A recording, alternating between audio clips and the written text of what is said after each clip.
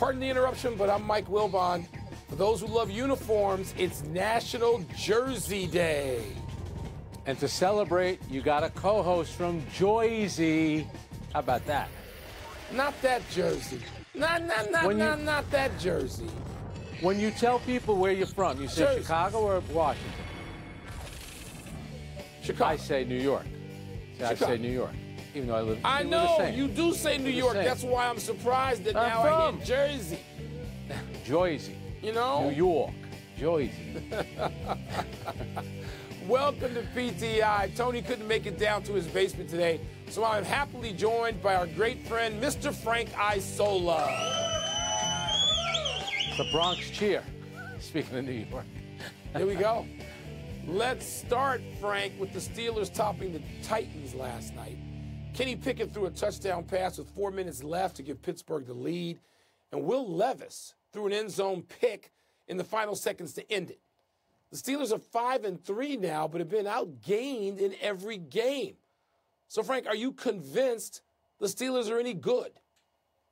I'm convinced they're good. I think they can get a lot better. You mentioned being outgained. They've been outgained by 790 yards thus far, and they've been outscored by 30 points. That is not the recipe for success. Why do they have a winning record? They've had 4 games this year. They're trailing going into the fourth quarter. They've won those games. That's more than anybody else in the NFL.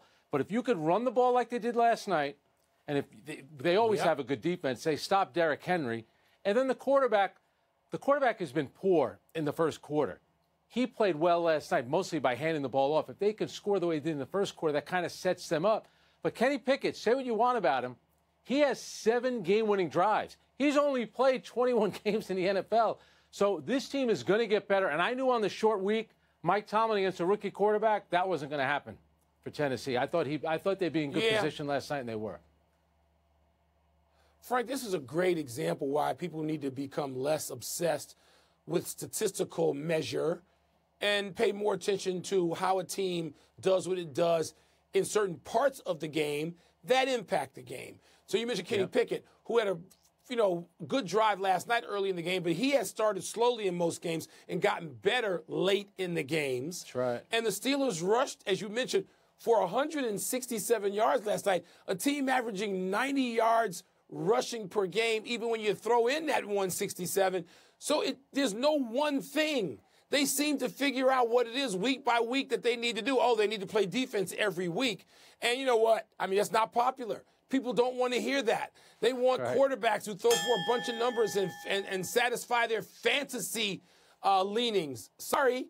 And so I think I like the Steelers because of this.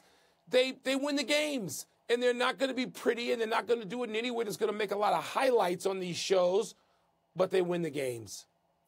I'll tell you what, if I'm Tennessee, though, I'm going to be a little optimistic with the team that I have in that quarterback. First of all, rookie quarterbacks against Mike Tomlin and the Steelers. Levis looks good. They've only won 5 out of 30 games. So Mike Tomlin's teams win those games. But if you're Tennessee, you're pretty optimistic with Will Levis. He looks pretty good. Yeah, absolutely. All right, let's turn to the NBA. And Victor Wembanyama delivered the game we've been waiting for, and it didn't take long. Ooh. The Spurs rookie scored 38 points, including 10 in the last 4+ minutes as San Antonio topped Phoenix for the second time in 3 days. Michael, did this feel like a breakthrough game to you? I don't know about breakthrough. He rubbed the Suns' faces in it. That's what he did, right? I mean, you figure the second time out, the Suns ought to be embarrassed about blowing a 20-point lead at home. They get him again at home, and they couldn't do anything with him. 38. I mean, he laid it on them, Frank. And look, I'm not going to be in the projection business or the prediction business about Victor Wembanyama. I just like watching him. I just want to see it. This is part of what I talked about earlier, the obsession in the culture with statistical analysis. I don't need that. Watch the damn games, people. Watch Victor Wembanyama play. Watch defensively how he alters the game. Watch offensively at the end of a game when he goes out there against a team that has aspirations, legitimate ones, of winning the whole championship this year, gets the ball, demands it, makes shots, is not afraid to take them, and then makes them. He was great in the clutch. He was great the whole game. The Suns have some stuff they better figure out, and they better wake up. because all these games are important because in the West, you can't advance this postseason finishing 6th. And the Suns are just like, they're talking, but I don't see them actually playing. Beal still haven't played yet. I don't know about the Suns, but I know about Wembanyama. Wow, what a great game for him. I think Adam Silver walked into his office today with a big smile on his face. He's got the in-season tournament going to happen, and then you have the number 1 overall pick, Victor Wembanyama, who looks like he's a sensation, had the game that he had last night. And it's not just the 38 points. You mentioned what he does down the stretch. In the final 4 minutes, he outscores Phoenix 10-5. And by the way, no timeouts for the Spurs. Greg Popovich used all his timeouts as Phoenix was coming back from 27 points down. So then you're just saying, listen, young fella, go out there, try to win the game. How good is he around the basket? His court awareness, no matter where he catches the ball, and that first move is right to the rim. He hits threes. He's good on the defensive end. I looked it up. LeBron, who was brilliant as a rookie, LeBron, it was his 44th game on February 1st in Washington. You were probably at the game. That's when he scored 38 points. So Victor Wembanyama, in the second week of his first NBA season, I think playing professionally over in Europe helped him a little bit because it's more of a man's league over there as opposed to college basketball where you're playing every day, you're practicing all the time. This guy came into the league, and Mike, the way he looked in Summer League, I was a little worried. I'm not worried after the first 10 days of the NBA season. No, you can't be unless, again, you know, look, it's just fun to watch. It's fun to chronicle it every night, Frank. Just watch. I'm not sitting there with a notebook. The 38 points did jump out, and particularly because they were late. Phoenix tied that game after being down 27. They tied it at 116. And, you know, it was just sort of arrogantly going about it like, okay, we're awake now. We're going to play. This season ain't going to work that way. And I don't know how good the Spurs can be now. I really don't think they can be that good this season. But when this kid plays like that, maybe they can. The NBA has something new starting tonight, Frank. All 7 games on the schedule will qualify for the group play stage of the league's new in-season tournament. Each team will have 4 group play games. 8 teams will advance to the knockout rounds, with the final scheduled for December 9 in Vegas. I hear the games are sold out already. Frank, I'm somewhere between skeptical and full-blown cynical about what seems like merely a marketing ploy. But I have intel that you are excited about this new wrinkle in the NBA season. What say you? Yeah. I'm supposed to be the cynical, miserable New Yorker. I like the idea. First of all, the games, Michael, they're regular season games. That's what they count for. So it's just an added twist. I want to hear why you don't like it. Then I can kill your argument. What don't you like about it? Oh, I got plenty of reasons. Well, give me a couple. It already supposed to count for something. I'll give you one. It's already supposed to count, Frank. It's a game on the schedule. These aren't separate games. It's a game on the schedule. You're paying good money to see. Players are being paid to play these games. And now you're telling me I'm going to assign something else. Speaking of our obsession with analytical junk. So I'm going to assign something phony to it. Let the marketing people run my league. The marketing people are going to say to you, you know, go watch this game. We're going to assign it an extra value so we can then give people orange slices and trophies at the end of it. If it's supposed to matter, Frank, let it matter. I don't need a stupid trophy and orange slices. Mike, that's because you have a basketball court in your house with an NBA logo on it. You love the league. They're trying to attract the fan during the football season, that during the week on non-traditional football days, you're going to play basketball games. You're a big international guy. You fly all over the world. You're usually seated in seat 1A. You know how it works in soccer. And these things are about winning trophies. You know, if your buddy Michael Jordan was playing today, he'd be sitting in the locker room saying, we're going to win the inaugural NBA Cup. And you know what we're going to do? Then we're going to finish with the best record in the league, and then we're going to win the championship. And what's going to happen? One year, there's going to be a team that wins all 3, and that'll be something for everyone to shoot for. Mike, it's not extra games. So you're putting a little bit more emphasis at the start of the season on regular season games. Yeah, but then make the season 70 games and put the cup games separately so you can identify them. Frank, by the way, it's interesting you bring up 2 things. The logo is not an NBA logo. It says MRW. Matthew, not Michael, by the way. Secondly, well played. Secondly, the real Michael that matters here, Jordan was saying that anyway. He didn't need trophy and orange slices. He went in there and said, get the ice pack off your knee because you're playing tonight and you're playing tonight and you're playing. He didn't need a phony cup. He didn't need a theft from soccer. This is good to satisfy all the under 40 soccer heads. And Frank, let me say this. I got one in my house that lives there who has his own logo on his court. And Frank, I know it's going to work. I didn't say it wasn't smart. It is smart. It's a straight lift so we can get a whole generation of kids who might go, I don't know, I'm watching Champions League. They're going to pull some of those kids away. It'll work. It's a marketing ploy. That's all it is. It may be genius. I'm cynical. I'm like, stop it. Don't try to tell me it means something additional because it doesn't. Well, it's only the first year, but I love it. Number one, I appreciate you think that I'm under 40 soccer head. And number two, Mike, everyone looks at the regular season. It's the opening games, and then it's Christmas. Adam Silver and the league are trying to fill in the blanks and make these games matter in November and December. Yeah, I think it's a great idea. You're the cynical one. Let's convince all you dopes that these games are special. No, it's a Wednesday night in Milwaukee. That's what it is. Let's take a break from this because I'm not changing my mind. Coming up, James Harden, oh my God, says, I'm not a system player, I'm a system. What's the word for that? He called me an under 40 dope. And what are the chances that Georgia falls to Missouri tomorrow?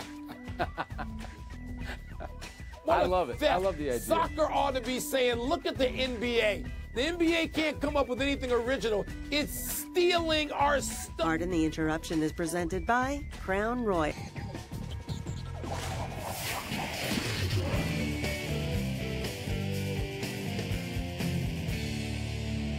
Time to fill in some blanks with Fill In Frank. What's first? When James Harden said, I'm not a system player, I'm a system, he sounded blank. Blank. He sounded clueless, Frank, which is what he is. I mean, it's a shame that James Harden's awareness never matched his talent, his prodigious talents. Because now he's just clueless. He says he's a system. Well, here's the deal. He says, I was put on a leash. Doc Rivers in Philly put me on a leash. A leash. He had the ball in his hands more than any player in the league last year except Luka Doncic. Yep. So he's got the ball more than every other player in the league, but says he's on a leash. It's just evidence of how clueless he is. Not only now he's not a system, because in the games in which they needed him most in that playoff, he was not a system. He was a quitter. And that's a shame. And that's why, for me, the word is broken. He's a broken system. Where were you in the final 5 minutes against Philadelphia in Game 6, and then where were you in Game 7 against the Boston Celtics? He didn't deliver at all. But you mentioned what he said about being on a leash. In some ways, he's throwing Doc Rivers under the bus. I also think that's a little passive-aggressive between him and Joel Embiid, because Joel Embiid is saying he had the ball all the time. He had the ball all the time. And then James Harden is saying, well, I was on a leash. I think James Harden didn't like the fact that Joel Embiid was the focal point of the offense. So now you're going to go to a team where if it gets to the fourth quarter and everybody's healthy, I want Kawhi Leonard with the ball in my hands. So how is James Harden going to play without the ball? I'll tell you what, for him, and he played well in Brooklyn, and he had a bad hamstring, and he played in the playoffs, but the way that he went out in Philadelphia, I'm not co-signing that. Terrible. He's clueless, Frank. He's not even aware that Kawhi has a ring, and he doesn't. That's right. 2 rings for Kawhi. What's next? That's right. There's a blank possibility that number 2 Georgia could lose to number 12 Missouri tomorrow. Frank, I'm going to be fairly brief here. There's a non-existent possibility. I realize the trouble Georgia had last year with Missouri. It's not last year, even though Georgia was a better team last year. This game is not in Mizzou, okay? It's not in Columbia, Missouri. This game is between the hedges and the Dogs, who are probably a little bit riled that they're behind Ohio State in the college football rankings. They're not going to take kindly to this. I expect to see Georgia play its first full kickoff to buzzer whistle great game tomorrow. It's non-existent that Missouri is going to go between the hedges and score some upset victory against the Dogs tomorrow. Not going to happen. I don't know how you could say it's non-existent. Of course, I have a chance, and that chance would be non-existent, minuscule because it is Georgia. Let me give you a little history lesson. 2013, Missouri goes down to Athens, and they beat them. Georgia was a top 10 team. Now, I know it's not this Georgia team, granted. But Brady Cook, the quarterback of Missouri, third in the nation in completion percentage. Georgia does not have a great pass rush. And last year in Columbia, Missouri, Missouri has a good journalism school, just like your Northwestern there. They do. Missouri was up 10. Georgia came back and won that game, so Georgia knows that Missouri could be a tough opponent. One more thing, another history lesson. It would be Missouri's biggest upset since '76 when they beat USC in L.A. with two guys that you know, Ricky Bell and Charles White on that team. Yeah. That's how big it would be. Charles White. By the way, Frank, I'll put down the Dogs for 6 sacks tomorrow. Let's just, write that down. They're only averaging 2 a game. That's the final word. Let's take one last break, but still to come. Do the Dolphins or the Chiefs have the edge when they meet Sunday morning in Germany? And does Raiders interim head coach Antonio Pierce have a good shot of beating the team he once played for on Sunday? Played for a couple of teams. He played for one in New York. He played for one in Washington. Got to know Antonio Pierce a little bit. Please drink responsibly. Time to get happy, people. Happy early 71st birthday to Bill Walton. His actual birthday is Sunday, but let's get a head start so Bill can celebrate all weekend. Walton may be best known today as a tremendous college basketball analyst at this very network, but that turn came after an NBA career in which he won titles with the Blazers and Celtics. Before that, Walton had a stellar college career at UCLA with 2 titles and 3 National Player of the Year awards. UCLA dominated the then Pac-8 under John Wooden. We often lament the disintegration of the conference when it comes to football now, but it has a richer history in basketball. Where in the world would PTI be without Michael Wilbon? That's what Bill Walton would say. First of all, I advise everyone to watch that documentary on ESPN on Bill Walton. It's phenomenal. But how about the year he won MVP? He only played 58 games. He would not be eligible this year under the new rules. Think about that. I think they were 50-8. Yeah, he and Steve Snapper Jones, they were so awesome to listen to. I love Bill Walton. Yeah. Happy anniversary, Arizona Diamondbacks. Around this day, 22 years ago, Luis Gonzalez singled home the winning run off Mariano Rivera in the bottom of the 9th of Game 7 to win an emotional World Series over the Yankees, a series played in the aftermath of 9/11. The win prevented the Yankees from winning their 4th straight title. The Diamondbacks finally returned to the Fall Classic this year, of course, losing to the Rangers in 5. But prior to Game 3, Gonzalez caught the ceremonial first pitch that was thrown by his teammate on that championship team, Randy Johnson. That was an amazing playoff run by the Yankees, and that Game 7 is one of the greatest Game 7s you're ever going to watch. If you remember, Alfonso Soriano hits a home run in the 8th off of Curt Schilling. Mariano comes on in the 8th, the greatest closer of all time, strikes out the side. And then in the 9th, everything falls apart. It really was that errant throw to second base. First day of spring training, pitchers and catchers, they tell you to get one out. Mariano Rivera, in that moment, made a huge mistake, cost the Yankees big time. One of the incredible and emotional sports competitions in memory. Happy trails to the 10th straight game to start the season for the San Jose Sharks. 10 is a nasty number for the Sharks today. They've gotten 10 losses on the season after losing 10-1 at home to the Canucks last night, and they've only managed 10 goals across the 10 games. Sharks coach David Quinn called last night's performance and the team's overall record embarrassing, and forward Nico Sturm added, quote, "The one good thing is that this is as low as it's going to get," close quote. And they had 3 days off between their last game and the game last night. Their goal differential is a -35. Maybe Connor Bedard has a younger brother they can draft first overall, because that's where they're headed. Not good. Yeah, man. All right, we're running out of show. Let's get to the big finish. Dolphins, Chiefs in Germany, Sunday morning. Which way you leaning? Now, this is an interesting one. The Dolphins have been there all week. The Chiefs just got to Frankfurt and are practicing now. I just don't see the Chiefs with Patrick Mahomes losing 2 games in a row. I'm not buying it. The Browns will start Deshaun Watson at quarterback, and the Cardinals are still deciding between Kyler Murray and Clayton Tune. Your thoughts? Murray hadn't played in like nearly a year, and don't get me tuned. The game's in Cleveland. And Deshaun Watson in Cleveland ought to win this game. Giants at Raiders Sunday. Do you like new Vegas coach Antonio Pierce to beat his old team? Who's starting at quarterback for the Giants? I think Antonio Pierce. He's walking into a good situation this weekend. The Pelicans rested Zion Williamson in a win over the Pistons. Are you okay by that? Okay, it was a back-to-back. He's averaging 22, and the team is 4-1. Frank, I think if you're the Pelicans, again, 4-1, you know you're not going to get them, but more than what? What's the over-under? 50 games for Zion, they'd be happy. Last one, the 0-5 Grizzlies at the 2-3 Blazers tonight. Will Memphis finally win? I think they will. Maybe John Morant right now is top 5 MVP. They can't win without the guy, so maybe when he gets back, they'll do something. We're out of time. Thanks for watching. I'm Frank Isola. I'm Mike Wilbon. Have a great weekend, Knuckleheads. You can get the podcast on the ESPN app or Apple Podcast. And now, here's SportsCenter. In-season tournament, Mike. Get ready. PTI. All right, Frank. What are your takeaways from Victor Wembanyama's performance in Phoenix last night? I thought he was outstanding. And think about it. The Spurs on Tuesday beat the Phoenix Suns, so they could be somewhat complacent. No, that wasn't the case at all. They built a 27-point lead, and even after they lose the lead and they lose Devin Vassell at halftime, what does Wembanyama do at winning time?